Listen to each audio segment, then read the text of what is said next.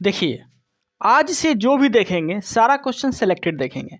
अगर हमें एक क्वेश्चन का आंसर बताएंगे तो उसके साथ साथ 4 क्वेश्चन एक्स्ट्रा हम बताने का प्रयास करेंगे।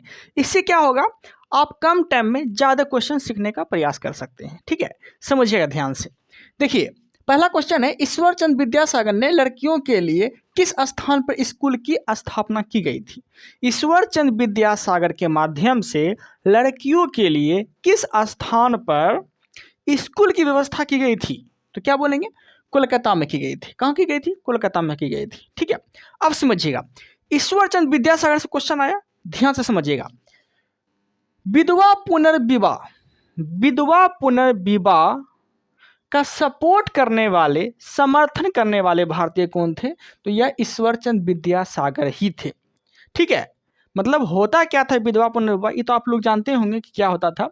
कोई अगर लेडीज या कोई लड़की अगर विधवा हो जाती थी तो दोबारा वो शादी नहीं कर सकती थी, लेकिन ईश्वरचंद के विद्या के प्रयास से, ईश्वरचंद विद्यासागर के प्रयास से ये समर्थन किए कि नहीं, दोबारा से वो लड़की शादी कर सकती है। अब समझिएगा, इस समय गवर्नर पूछेगा आपसे कि 1856 में जो विधवा पुनर्विवाह अधिनियम आए थे, ये गवर्नर कौन थे उस वक्त? तो क्या बोलेंगे? लॉर्ड कैनिंग थे। कौन थे? लॉर्ड कैनिंग थे। और लॉर्ड कैनिंग का शासनकाल पूछेगा आपसे तो 1856 से 1862 तक रहते हैं। 1856 से 1862 तक लॉर्ड कैनिंग का शासनकाल रहते हैं। ठीक है, अब समझिएगा, अगला क्वेश्चन है, बोस्टन की चाय पार्टी। बोस्टन की चाय पार्टी की घटना कब होती है? तो 1773 में होती है।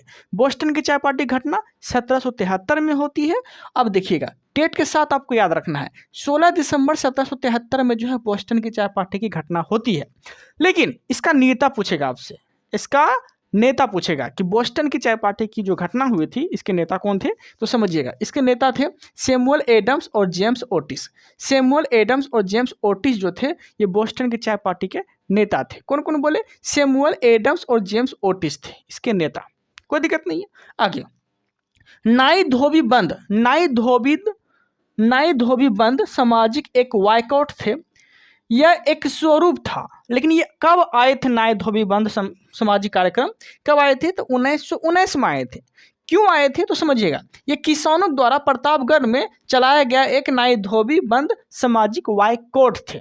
किसानों द्वारा चलाए गए क्या थे? एक सामाजिक कार्यक्रम थे, सामाजिक क्या थे? तो वायकॉट थे। ठीक है, और ये कब आए थे? तो 1919 में आए थे। कोई दिक्कत नहीं है। आगे, संगम युग में उरेयूर जो थे, संगम युग में उरेयूर जो थे ये किस लिए प्रसिद्ध थे?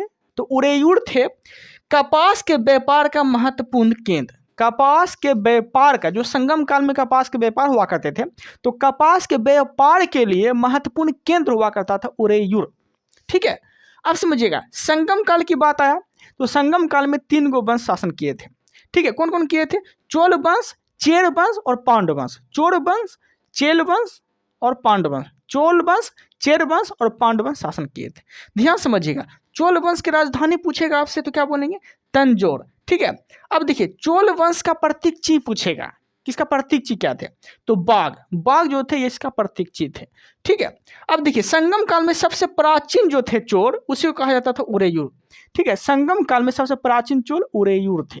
ठीक है, आगे, चेर, चेर वंश की राजधानी पूछेगा आपसे तो कावेरी पट्टनम। चेर वंश की राजधानी कावेरी पट्टनम।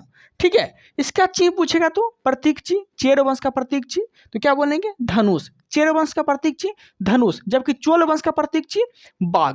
ओके, चोल वंश का राजधानी पूछेगा तो तंजौर और चेर वंश का राजधानी पूछेगा तो कावेरी पट्टनम। ठीक है, चोल वंश का प्रतीक चिन्ह बाघ, चेर वंश का प्रतीक चिन्ह धनुष। ठीक है, अब देखते हैं पांडव वंश। पांडव वंश की राजधानी पूछेगा तो क्या बोलेंगे? मदुरई।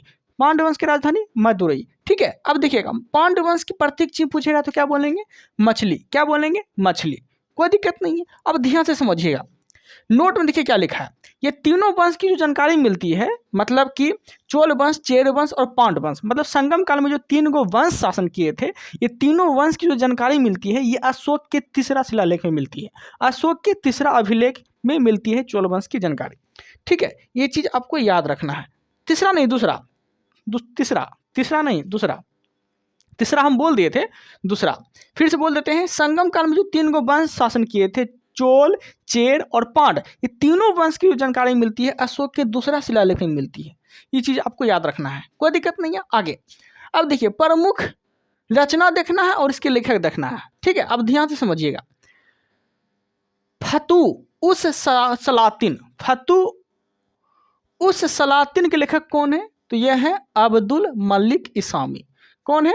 अब्दुल मलिक इसामी, ठीक है, कोई दिक्कत नहीं है। इस्लामी क्या है? इस्लामी, इस्लामी, ठीक है। फतू उस सलातिन के लेखक कौन है? अब्दुल मलिक इस्लामी, ठीक है। अब देखिए फतवात ए फिरोज शाही, फतवात ए फिरोज शाही के लेखक कौन है? फिरोज शाह तुगलक। फतवात ए फिरोज शाही के लेखक कौन है? फिरोज शाह तुगलक। तरीके फिरोज शाही के लेखक पूछेगा आपसे तो क्या बोलेंगे? जियाउद्दीन बर्नी। तरीके फिरोज शाही के लेखक कौन है? जियाउद्दीन बर्नी। ओके, आगे खजैन फतू, खजैन फतू के लेखक कौन है? तो यह है अमीर खुसरो। खजैन फतू के लेखक कौन है? अमीर खुसरो हैं। ओके, अब देखिए अमीर खुसरो आ गया क्वेश्चन में, तो ध्यान से समझिएगा। अमीर खुसरो के प्रमुख इंपॉर्टेंट जो बातें आती है, इसका जन्म स्थान, ये सब आपको याद रखना है। जैसे कि अमीर खुसरो का जन्म कब होते हैं? तो 1253 में, 1253 में अमीर खुसरो का जन्म होते हैं। कहाँ पे? यूपी के एटा में। एटा में कहाँ पे? पटियाला कसरा नामक जगह में, ठीक है। इसके गुरु का नाम पूछेगा, अमीर खुसरो के गुरु कौन है? तो यह निजामुद्दीन औलिया होते हैं अमीर खुसरो के गुरु। किसके दरबार में रहते थे अमीर खुसरो? तो अलाउद्दीन खिलजी दरबार में रहते थे, जो कि खिलजी वंश के शासक थे। ओके, इसे हिंद का तोता कहा जाता है। खरी बोली के जनक किसे बोले जाते हैं? अमीर खुसरो को बोले जाते हैं। कव्वाली गायन के लेखक कौन है? अमीर खुसरो हैं। सितार के जनक, तबला के जनक अमीर खुसरो हैं। इसकी मृत्यु कब होते हैं?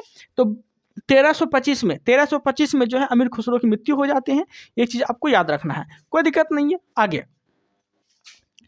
देखिए आगे क्वेश्चन क्या बोला गया है। सिंधु सभ्यता से, सिंधु सभ्यता के प्राप्त मुहर में, सिंधु सभ्यता के प्राप्त मुहर में किस वृक्ष की आकृति मिलती है?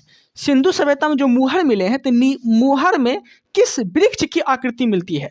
तो क्या बोलेंगे? पीपल, पीपल की वृक्ष की आकृति मिलती है। ओके, कोई दिक्कत नहीं है। अब देखिए सिंधु सभ्यता से कुछ प्रमुख क्वेश्चन, जैसे कि सिंधु सभ्यता को ही हड़प्पा सभ्यता बोलते हैं, ये तो आपको पता ही होगा। और हड़प्पा सभ्यता की खोज कौन किए थे? दयाराम साहनी किए थे। कब किए थे? 1921 में किए थे। हड़प्पा किस नदी किनारे स्थित है? तो रावी नदी किनारे स्थित है। ओके, यहाँ तक तो कोई दिक्कत नहीं है।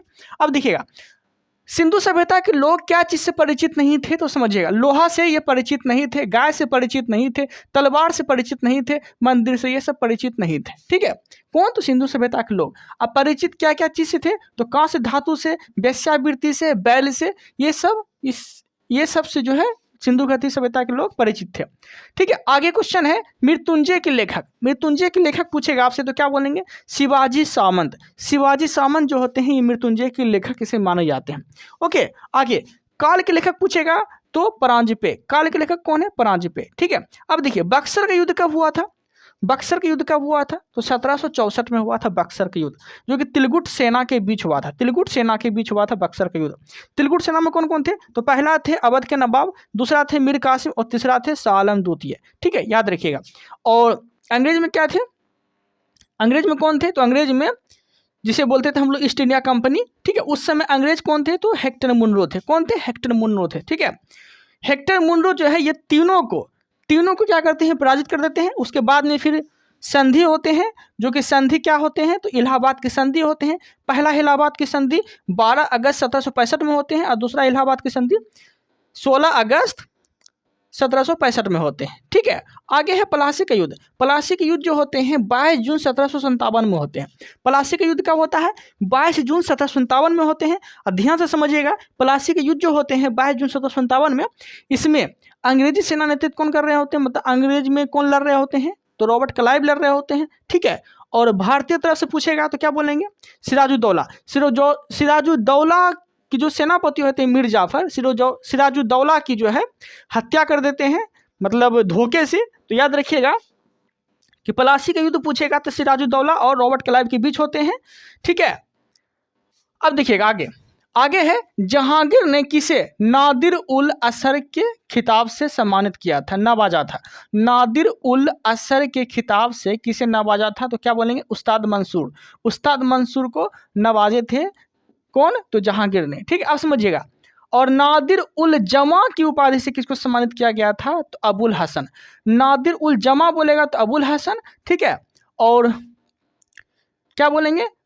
उस्ताद मंसूर। उस्ताद मंसूर बोलेगा तो नादिर उल, देखिए यहाँ समझिएगा, नादिर उल असर बोलेगा तो उस्ताद मंसूर को सम्मानित किया गया था, ठीक है। नादिर उल जमा बोलेगा तो अबुल हसन को सम्मानित किया गया था जहांगीर के द्वारा, ठीक है।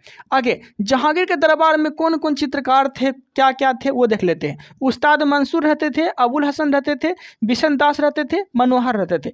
ये सभी जो रहते थे ये जहांगीर के दरबार में रहते थे।